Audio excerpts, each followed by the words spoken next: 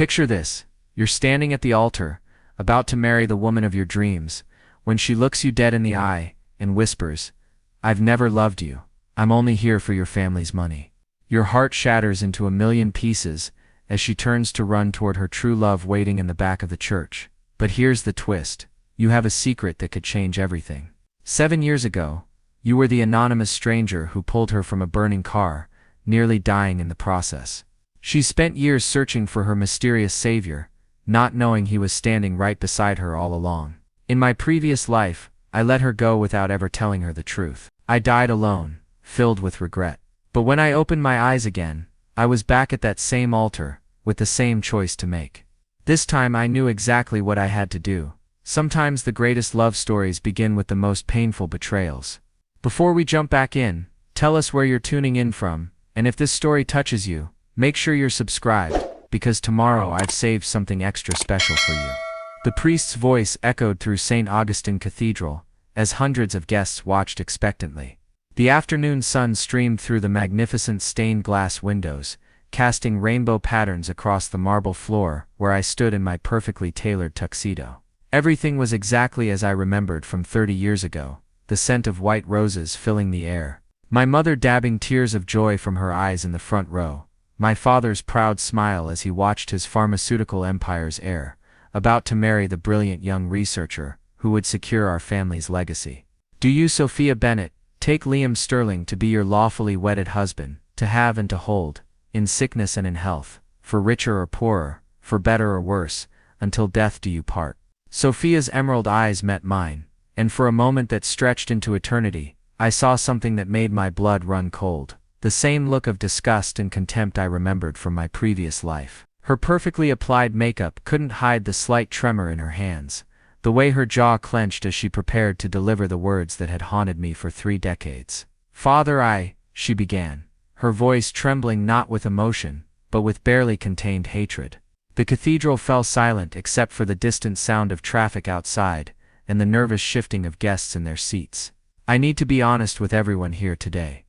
Here it comes, the moment that destroyed me 30 years ago. The moment I'd relived 1,000 times in nightmares, wondering what I could have done differently." She turned to face the crowd, her designer wedding dress, a custom Vera Wang creation, worth more than most people's cars, shimmering under the cathedral's ancient light.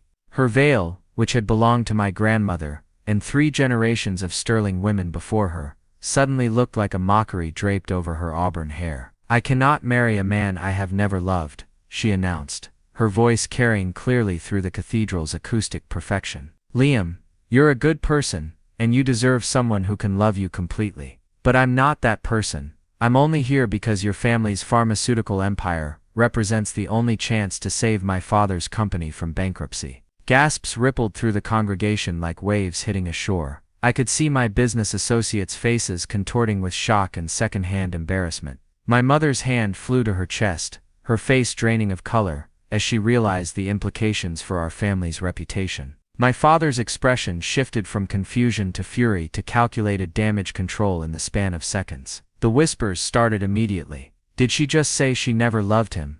The Sterling family must be mortified. Poor Liam, how humiliating.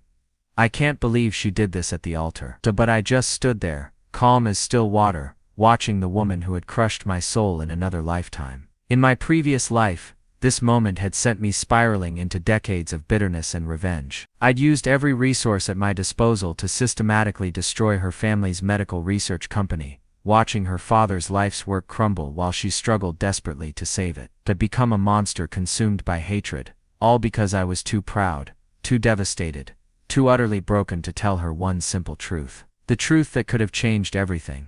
I remembered the next 30 years of that other life, with perfect clarity. How I'd spent my fortune crushing Bennett Biotech, while Sophia fought tooth and nail to preserve her father's legacy. How I'd watched from the shadows as she aged prematurely from stress and heartbreak. How she died at 52, her brilliant mind having never reached its full potential, because I'd been too proud to reveal the one thing that might have made her see me differently. But this time, armed with the wisdom of a lifetime's worth of regret, I had the power to rewrite our story. "There's something you should know, Sophia," I said quietly, my voice carrying clearly through the stunned silence. The words felt strange on my lips, words I'd rehearsed in my mind for 30 years but never found the courage to speak. She paused, her hand already reaching toward the massive oak doors of the cathedral where I could see him. Dr. Adrian Cross, her brilliant research partner and secret lover. He stood in the doorway, wearing a perfectly pressed navy suit, his blonde hair catching the light like some romantic hero from a movie. His handsome face bore that expression of righteous concern that had fooled me completely in my previous life. In that other timeline,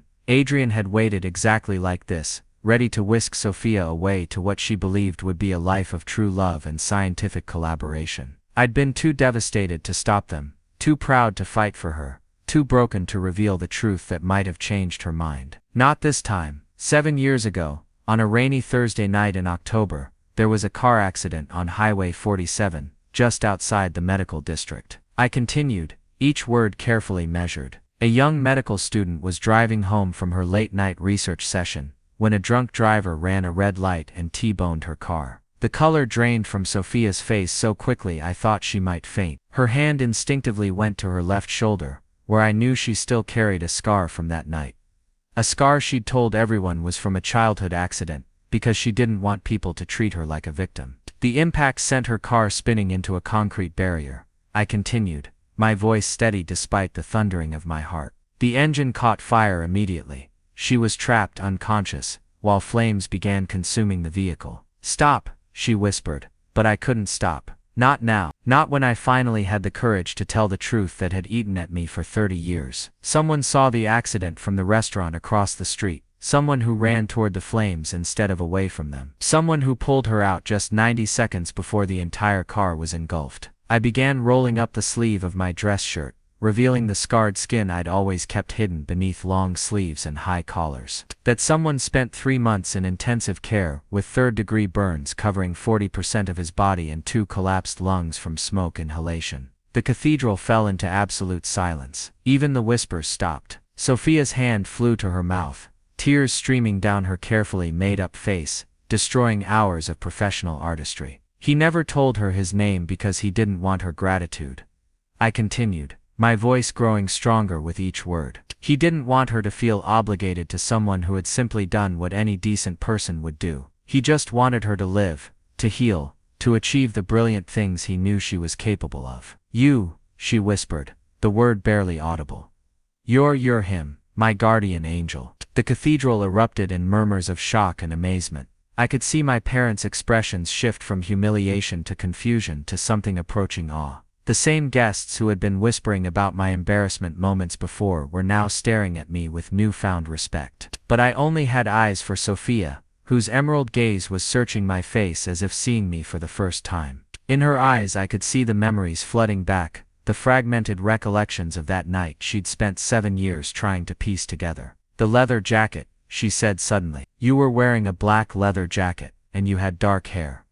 I dyed it after the accident, I admitted. The trauma, it changed everything about who I was. I wanted to forget that night, forget the pain, forget how close I'd come to losing everything. But I never forgot you, Sophia. Not for a single day. She was staring at me with an expression I'd never seen before, a mixture of shock, gratitude, guilt, and something else I couldn't quite identify. But before either of us could say another word, Adrian's voice cut through the cathedral like a blade. Sophie, don't let him manipulate you with convenient fairy tales. But would this revelation be enough to change our story, or had 30 years of secrets already sealed our fate? Adrian strode down the cathedral's center aisle with the confidence of a man accustomed to being the smartest person in any room. His expensive Italian shoes clicked against the marble floor with each purposeful step, and his perfectly styled blonde hair caught the afternoon light streaming through the stained glass windows. Every movement radiated the kind of intellectual arrogance that had once intimidated me into silence. But I wasn't the same broken man I'd been in my previous life. Ladies and gentlemen,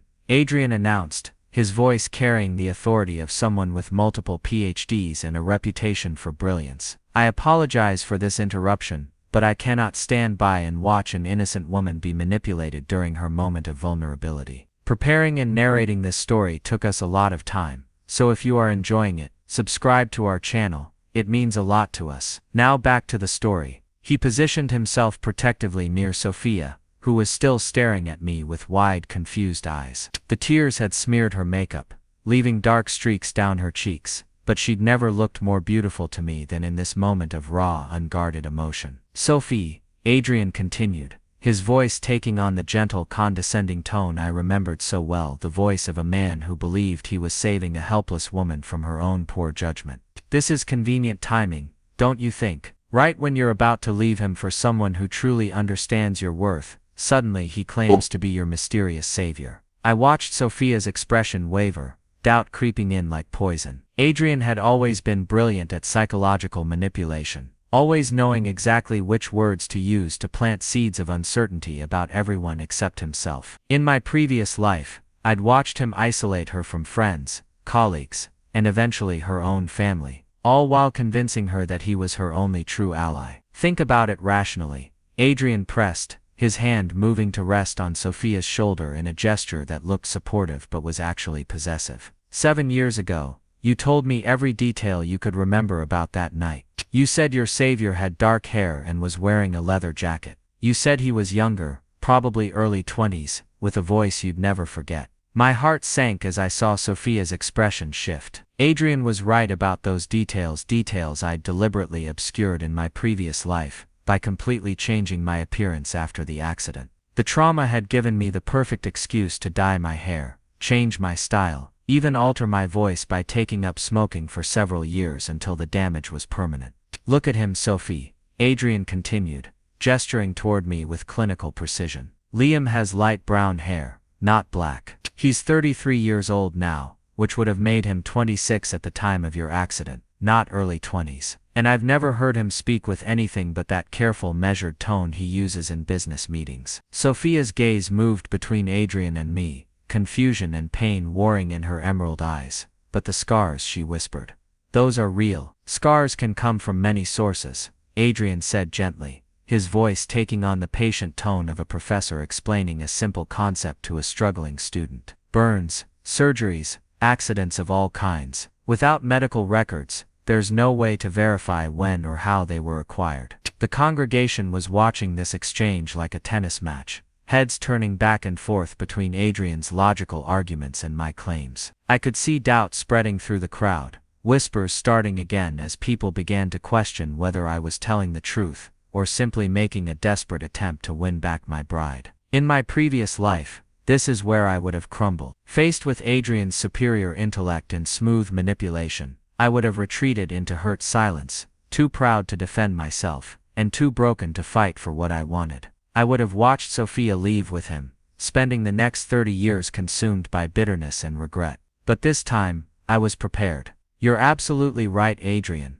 I said calmly, reaching into my inner jacket pocket. "Those details don't match, and any reasonable person would be skeptical of such a convenient revelation." Adrian's expression flickered with surprise. He'd clearly expected me to become defensive or angry, not agreeable. "Which is why," I continued, pulling out my phone, "I brought proof." I tapped the screen several times, then held it up for everyone to see. The image was one I'd kept hidden for 30 years, a photo taken just 3 weeks before the accident, showing me at 26 with jet black hair, wearing the exact leather jacket I'd been wearing that night. I was standing next to my college roommate Marcus outside a bar in the medical district, both of us grinning at the camera with the careless happiness of young men who thought they were invincible. "This was taken on September 28th, 3 weeks before your accident," I said, my voice steady and clear. "Notice the hair color, the jacket and the timestamp in the corner." Sophia's hand flew to her throat as she stared at the image. "Oh my God," she breathed. That's exactly how I remember him." Adrian's confident facade cracked slightly, but he recovered quickly. "Digital photos can be manipulated," he said, though his voice had lost some of its earlier certainty. "In this age of technology, creating false evidence is remarkably simple." "True," I agreed, "which is why I also brought this." I pulled out a second item, a small evidence bag, containing a piece of black leather. "This is a fragment from the jacket I was wearing that night. It was cut away by the paramedics when they were treating my burns. The hospital kept it as evidence for the insurance investigation." I turned to address the congregation directly. "Dr. Patricia Hayes, from St. Mary's Hospital, is here today as one of our guests. She was the attending physician, who treated both Sophia and me that night." "Dr. Hayes, would you please stand?" An elegant woman in her 60s rose from a pew near the middle of the cathedral. In my previous life, I'd tracked her down during my years of obsessive research into that night. But I'd never had the courage to contact her. This time, I'd called her months ago. Dr. Hayes, I continued, can you confirm for everyone here that you treated both a young woman and a young man from the same car accident on October 19th, 7 years ago? Dr. Hayes nodded solemnly. I can indeed. The young woman had a dislocated shoulder and minor burns. The young man, she paused, looking directly at me, had extensive third-degree burns, smoke inhalation, and 2 collapsed lungs. He was in critical condition for weeks. And can you confirm that both patients were brought in together, with the young man having pulled the young woman from a burning vehicle? That's what the paramedics reported. Yes. The young man was found unconscious outside the vehicle, having apparently collapsed after pulling the woman to safety. The cathedral was completely silent now. Even Adrian seemed at a loss for words, but Sophia was staring at me with an expression that was part wonder, part heartbreak, and part something else I couldn't quite identify. Liam, she said, her voice barely above a whisper, why didn't you ever tell me? All these years, all the times I talked about searching for the person who saved me. Why did you let me believe he was a stranger? It was the question I'd been dreading, the one that forced me to confront the deepest shame of my previous life. Because, I said, my voice cracking slightly, I was young and stupid and terrified that if you knew the truth, you'd feel obligated to care about me out of gratitude, rather than genuine feeling. I wanted you to choose me for who I was, not for what I'd done. And instead, you let me choose him, she said, her gaze shifting to Adrian, who was now looking decidedly uncomfortable. But Adrian wasn't done fighting. I could see the wheels turning in his brilliant mind, searching for a new angle of attack. Even if that's all true, he said, his voice taking on a harder edge, it doesn't change the fundamental problem, Sophie. You just told this entire cathedral that you don't love him. One heroic act from 7 years ago doesn't create the foundation for a marriage. He stepped closer to her, his voice becoming more intimate. You said it yourself, you're only here for his family's money to save your father's company. That's not love, that's a business transaction. And if it's just business, why not choose the man who actually understands your work, your passion, your dreams? Sophia's expression wavered again, torn between the revelation about her mysterious savior and the practical realities Adrian was forcing her to confront. Come with me, Sophie, Adrian continued, extending his hand toward her. We can build something real together, something based on intellectual partnership and genuine compatibility, not childhood fantasies and misplaced gratitude. For a moment, I thought I was going to lose her all over again. In my previous life, his logical arguments had won the day. She'd chosen the brilliant researcher who promised to understand her work over the businessman who'd never told her the truth about their connection. But this time, I had something I'd never had before, the knowledge of what Adrian Cross really was. This time,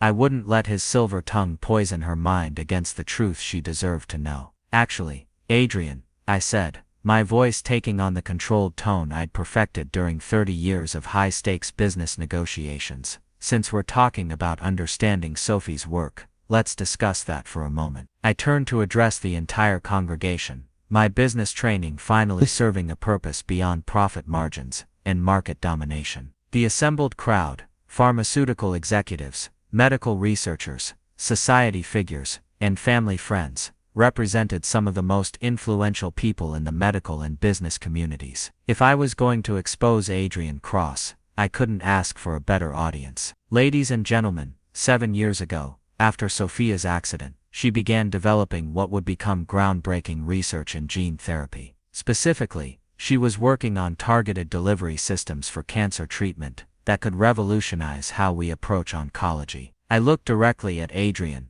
whose face had gone very still. Funny how Dr. Cross suddenly became interested in collaborating with her around that exact time. Adrian's jaw tightened almost imperceptibly, but his voice remained smooth. Sophie and I met through legitimate academic channels. We both happened to be working in related fields. Related fields, I repeated, pulling out a manila folder I'd been carrying. Let's talk about those related fields, shall we? In my previous life, I'd spent years after Sophia's death investigating Adrian Cross, driven by an obsessive need to understand the man who'd stolen her from me. What I'd discovered had been far worse than simple romantic rivalry. It had been a pattern of predatory behavior that had destroyed multiple brilliant women's careers. Dr. Cross completed his PhD in biochemistry at Harvard in 2015. I announced, reading from the documents in my folder. His dissertation was on protein synthesis, with no mention of gene therapy whatsoever. After graduation, he struggled to find relevant research positions, until he suddenly pivoted to gene therapy work in early 2018. I pulled out a timeline I'd meticulously constructed. Sophia's accident occurred in October 2017. She began her gene therapy research in November 2017, while recovering.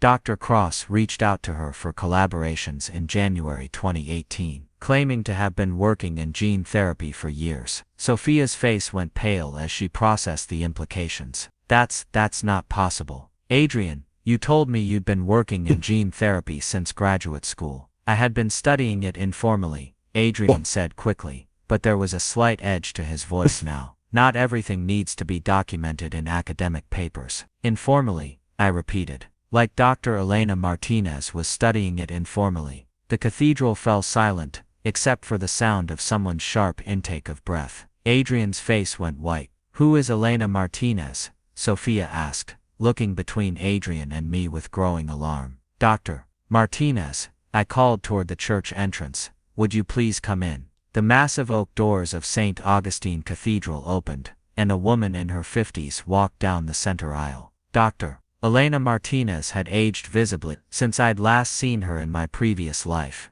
Her dark hair was now streaked with silver, and there were lines around her eyes that spoke of years of stress and disappointment. But her bearing was dignified, and her expression was grimly determined. In my previous timeline, I'd found Elena too late, after Adrian had already destroyed her career, and moved on to his next victim. This time, I'd contacted her 6 months ago, spending weeks convincing her to trust me enough to help expose the man who'd ruined her life. Dr. Cross, Elena said, her voice carrying clearly through the cathedral's perfect acoustics. I believe you have something that belongs to me. Adrian's controlled facade was beginning to crack. Elena, what are you doing here? This is a private ceremony, is it? Elena asked, her tone deceptively mild. Because I was under the impression that this was a public declaration of love and commitment. And I think these people deserve to know what kind of man makes such declarations. She turned to address the congregation, her voice gaining strength with each word.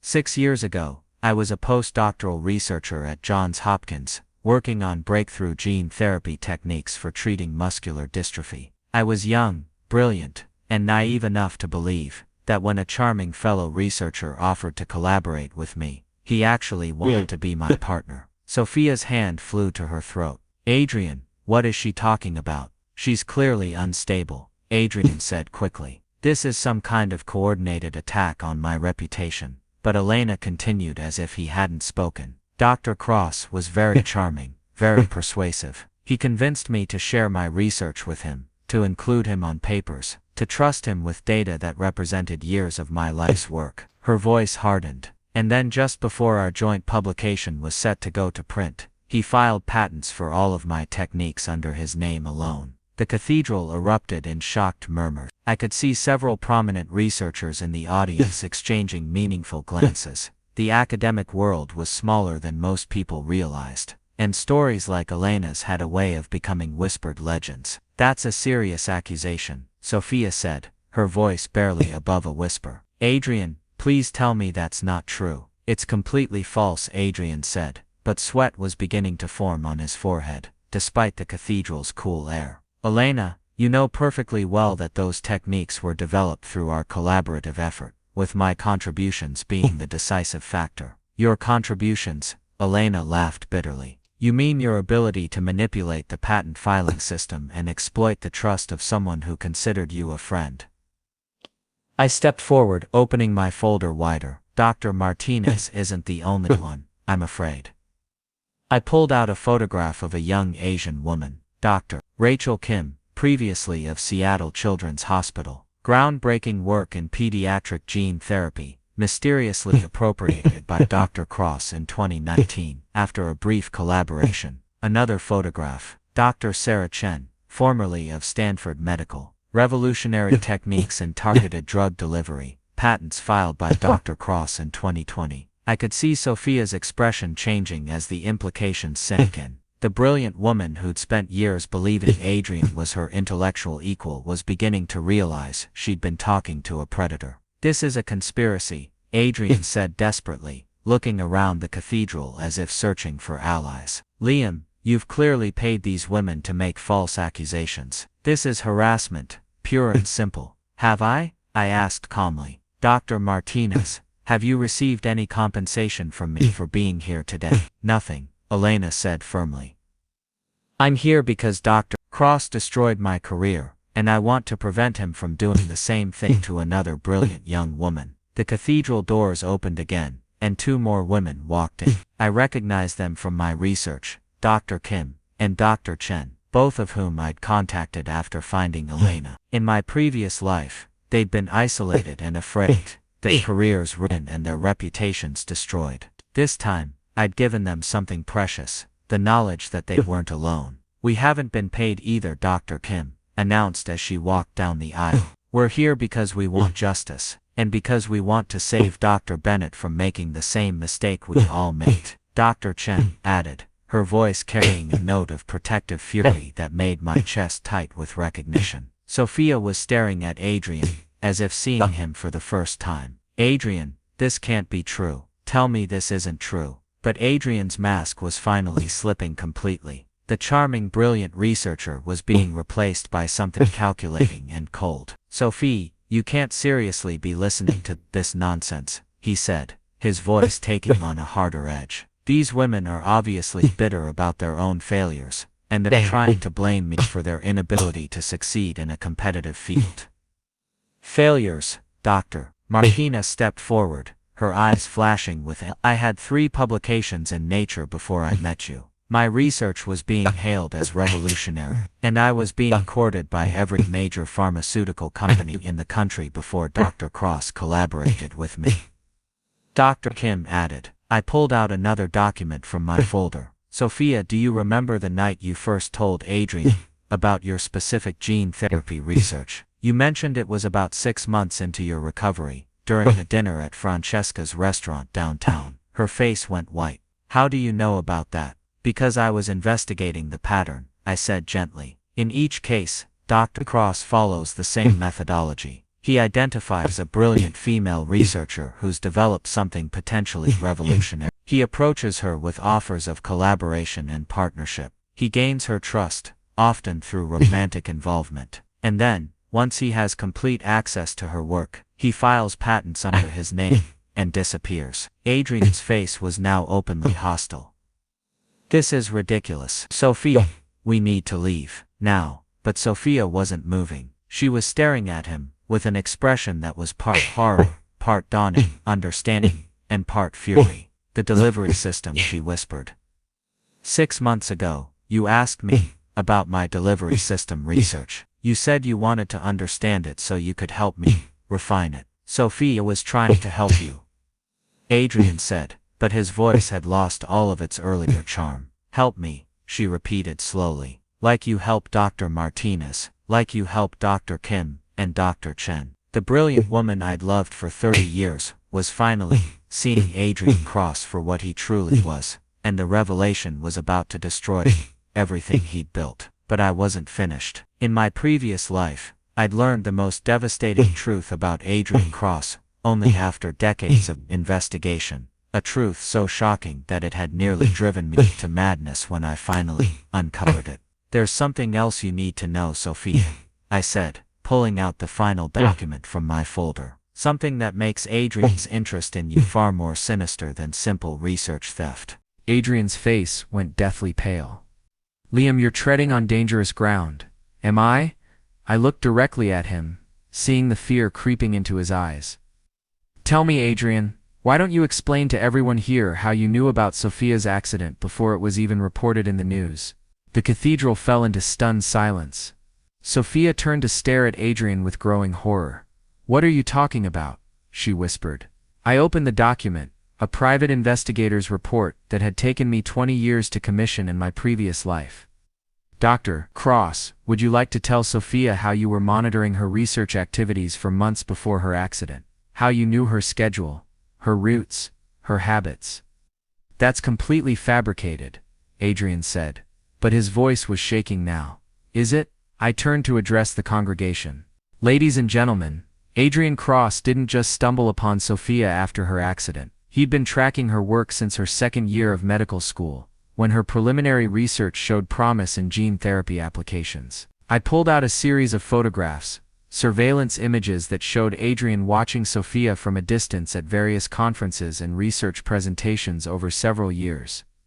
You see, Adrian had a problem. He was brilliant, but not innovative. He could understand and improve existing research, but he couldn't create breakthrough concepts from nothing. So he developed a different strategy entirely.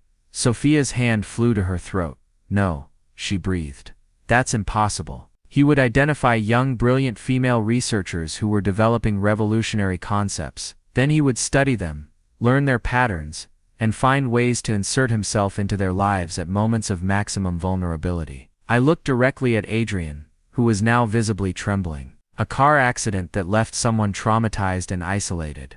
That was the perfect opportunity. Dr. Martinez stepped forward, her face pale with realization. The conference in Baltimore, she said slowly. You approached me just 2 weeks after my mother died in a car accident. You said you understood loss, and my apartment break-in, Dr. Kim added, her voice barely above a whisper. Nothing valuable was stolen, but someone had gone through my research files. You showed up the next week offering security advice and collaboration. Adrian was backing toward the altar now, his confident facade completely shattered. You can't prove any of this. It's all circumstantial evidence and wild speculation. Can I? I pulled out my phone and played an audio recording. Adrian's voice filled the cathedral, clear and unmistakable. The Bennett girl is perfect. Brilliant research, family financial troubles and recent trauma that's made her emotionally vulnerable. If I time this right, I can gain her complete trust within 6 months and have access to her delivery system research before anyone else realizes its potential. Sophia's legs gave out. She grabbed the altar rail for support as the full horror of her situation became clear. Where did you get that? Adrian snarled. From Dr. Harrison Webb, your former research partner, I replied calmly. The one you tried to blackmail into silence after he discovered your pattern. He's been recording your conversations for years, waiting for someone with the resources to expose you properly. Adrian's eyes darted toward the cathedral doors, calculating escape routes. But I'd learned from my previous life's mistakes. Oh, and Adrian, I added, Dr. Webb is also here today, along with Detective Morrison from the Fraud Division. They're very interested in discussing your activities with you. 2 men in suits stepped out from behind the columns near the entrance. Adrian's face crumpled as he realized he was completely trapped. But the most devastating revelation was still to come. Sophia, I said gently, there's one more thing you need to know. The car accident that nearly killed you 7 years ago. The drunk driver who hit you. She looked up at me with tear-filled eyes. He wasn't drunk. He was paid. I held up the final document, a bank transfer record that had taken me 15 years to cover. Adrian hired him to stage the accident. Not to kill you, but to traumatize you enough that you'd be vulnerable to rescue and manipulation. The cathedral erupted in chaos. Sophia collapsed completely, her wedding dress pooling around her on the marble floor. Dr. Martinez and Dr. Kim rushed to support her, while Adrian stood frozen in absolute horror. You're lying,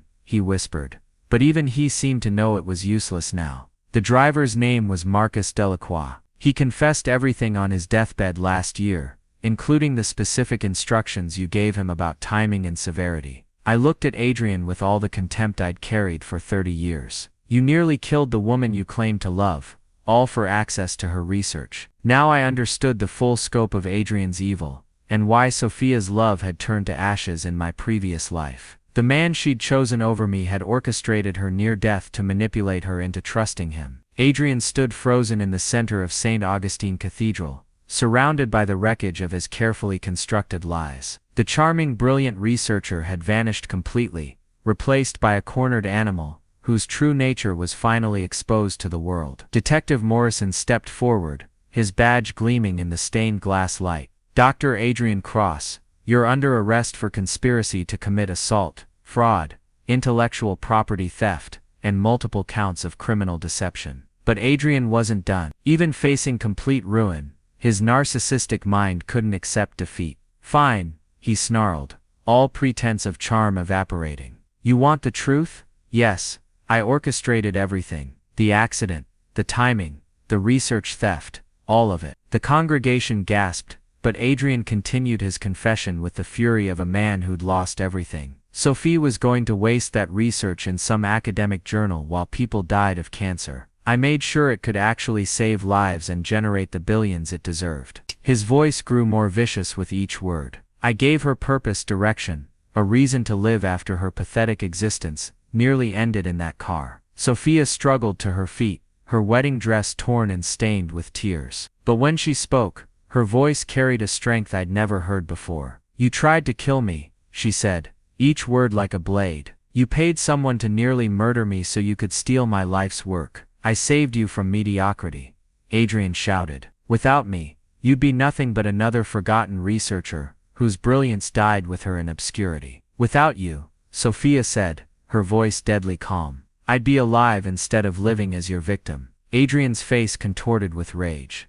And him? He pointed at me with pure venom. You think this pathetic fool loves you? He's spent 30 years obsessing over a woman who never wanted him. At least I recognized your value. But Sophia was no longer the broken, manipulated woman Adrian had created. The truth had burned away his lies, leaving behind someone stronger than either of us had imagined. My value, she repeated slowly, was never yours to recognize or steal. Detective Morrison moved to handcuff Adrian, but he made one final desperate play. Sophie, you still need funding for your father's company. Without my connections, Bennett Biotech will collapse within months. Come with me and I can still make you the richest researcher in the world. The offer hung in the air for a moment, the same temptation that had swayed her in my previous life, when desperation made her choose security over truth. But this time, Sophia looked at Adrian with nothing but disgust. I'd rather see Bennett Biotech burn to the ground than build it on the ashes of murdered women's dreams,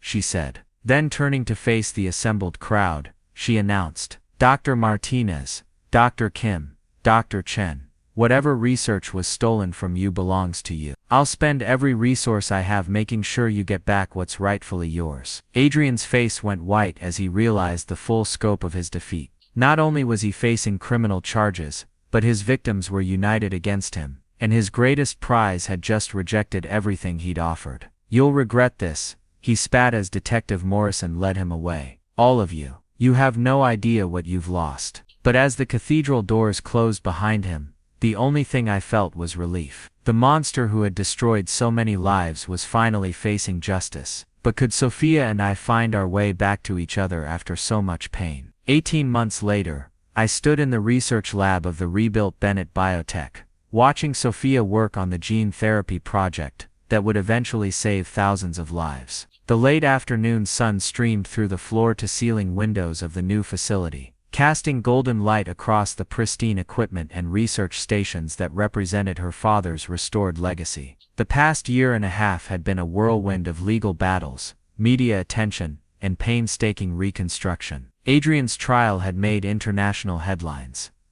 The Predator Professor, as the media dubbed him, had been sentenced to 25 years in federal prison for his crimes against his victims. Dr. Martinez, Dr. Kim, and Dr. Chen had all received full restoration of their research rights, along with substantial settlements from the pharmaceutical companies that had unknowingly profited from stolen work. But more importantly, they had their dignity back. Bennett Biotech had not only survived the scandal, but emerged stronger than ever. Investors inspired by Sophia's courage in exposing Adrian and returning stolen research to its rightful owners, had flooded the company with funding. Her father's innovative delivery systems, combined with her revolutionary gene therapy techniques, were now being hailed as the future of personalized medicine. Yet standing here watching her work, I knew that the most important changes weren't visible in bank accounts or newspaper headlines. Liam, Sophia said, looking up from her microscope, I need to ask you something,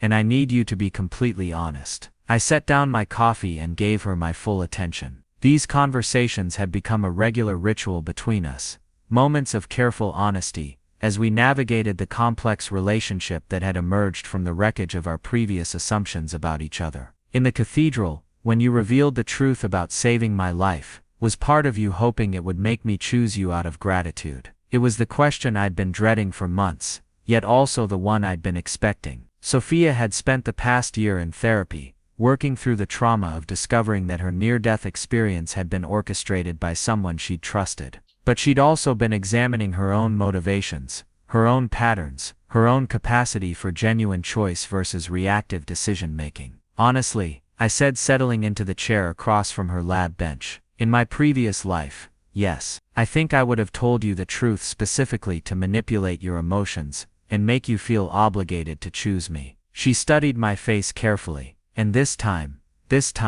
I told you because I couldn't stand to watch you make a choice based on lies. Even if that choice meant losing you forever. I paused, considering my words carefully. Sophia, what would you say if I told you that the man who saved you from that car isn't the same man sitting here talking to you now? What do you mean? The Liam who pulled you from that burning car was 26 years old, impulsive, and driven by pure instinct to help someone in danger. He didn't know you, didn't love you, didn't have any agenda beyond doing what felt right in that moment. I met her eyes. That's the man you've been searching for all these years. A stranger who acted with pure heroism. Sophia set down her microscope slide, her full attention now focused on our conversation. The Liam, who stood at that altar, who had loved you obsessively for years and built an entire fantasy around being your savior, was someone different entirely. Someone whose motivations were far more complicated, and arguably less pure.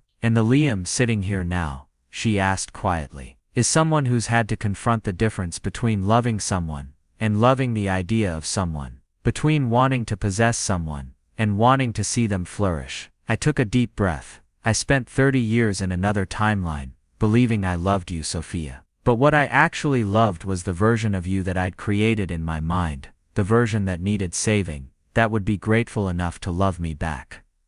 She was quiet for a long moment, then asked, do you love me now? It was the question that had kept me awake countless nights over the past 18 months. I don't know, I admitted.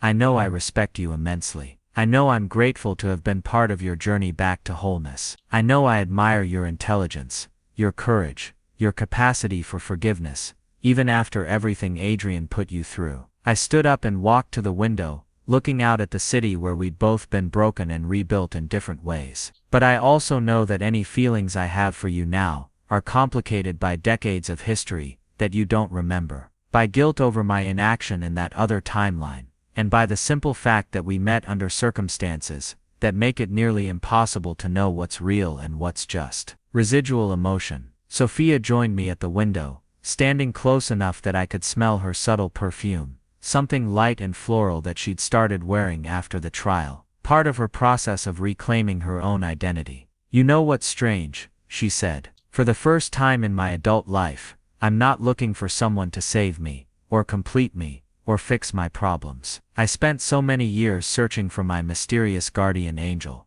and then so many more years believing Adrian was my intellectual soulmate. But now I'm just trying to figure out who I am when I'm not defined by trauma, or gratitude, or the need to prove myself to anyone. She smiled, and it was the first completely peaceful expression I'd seen on her face since the cathedral. It's terrifying and liberating at the same time. We stood together in comfortable silence, watching the sun set over the city where our lives had become so entangled. Liam, she said finally, would you be willing to try something with me? What did you have in mind?